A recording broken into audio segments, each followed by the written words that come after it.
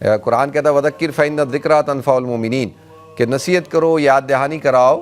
یاد دہانی کرانا جو ہے وہ مومنین کو نفع دیتا ہے، فائدہ دیتا ہے. اب ہم سب محتاج ہیں نا، دیکھیں ہم سب محتاج ہیں نصیحت کے، یہ جو موٹیویشن کے، ہم سب کو رہنمائی چاہیے. بہت ساری چیزیں ہوتی ہیں جو ہمارے سامنے نہیں ہوتی ہیں. اور میں آپ کو ایک چھوٹی سی بات دیتا ہوں کہ میں 2-3 دن ہوئے بیٹھا ہوا تھا عبدالواسع بچوں کے ساتھ. تو میری عادت ہے کہ میں اب یہ وہ کوئی امریکہ کے اندر کوئی ابھی کلبز کی کوئی سپر لیگ ہوئی تھی.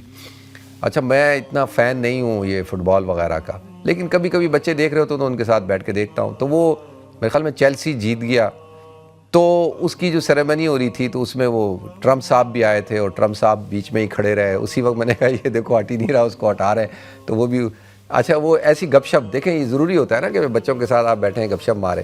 تو وہاں پہ ایک لڑکا بندہ تھا، وہ اپنے کپڑے اتار کے اور بڑا خوش ہو رہا ہے اور اچھل رہا ہے، کود رہا ہے. تو میں نے ایسی مذاق سے کہا، میں نے کہا یار اس کو کس بات کی خوشی ہے؟ میچ وہ جیتے ہیں، پیسہ انہوں نے کمایا، ملینز بلین انہوں نے کمائے، اور یہ ایسی خوش ہو رہا ہے، اچھل رہا ہے، اس کو کس بات کی؟ اچھا میں نے یہ ایک یعنی بالکل کوئی سنجیدگی کے ساتھ یہ بات نہیں کی، ویسے ہی کر دی، میری عادت ہے میں نے کر دی.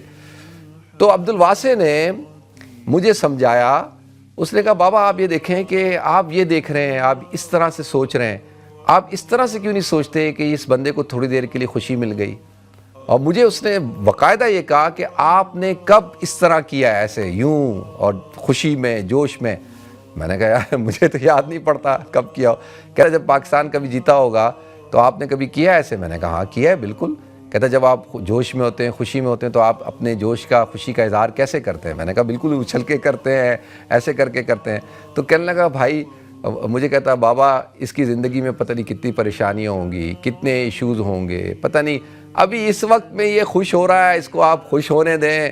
یہ اپنا ایگریشن نکال رہا ہے، اس کو نکالنے دیں. آپ کس ٹینشن میں پڑ گئے کہ بھئی اس کو کمپیئر کر رہے ہیں؟ میں نے کہا بھائی چھوڑیں وہ تو جو چیزیں ہیں.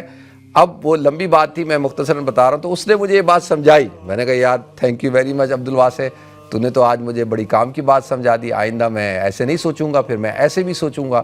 تو سم ٹائم کیا ہوتا ہے کہ بہت ساری چیزیں ہوتی ہیں ناظرین جو آپ کے سامنے ہوتی ہے لیکن آپ کی سمجھ میں نہیں آ رہی ہوتی. آپ اس کو ایک اینگل سے دیکھ رہے ہوتے ہیں، لیکن دوسرا والا جو ہے وہ آپ کو دوسرا اینگل بھی دکھاتا ہے. کہتا ہے بھائی یہ ایسے نہیں، ایسے بھی ہو سکتا ہے. جو آپ کہہ رہے ہیں، جو آپ دیکھ رہے ہیں، جو آپ سوچ رہے ہیں، اس کے علاوہ بھی ایسے ہے. تو ہو سکتا ہے کہ اس کا اینگل ٹھیک ہو، اس کی سوچ ٹھیک ہو. تو ہمیں اس پہلو سے بھی سوچنا چاہیے نا.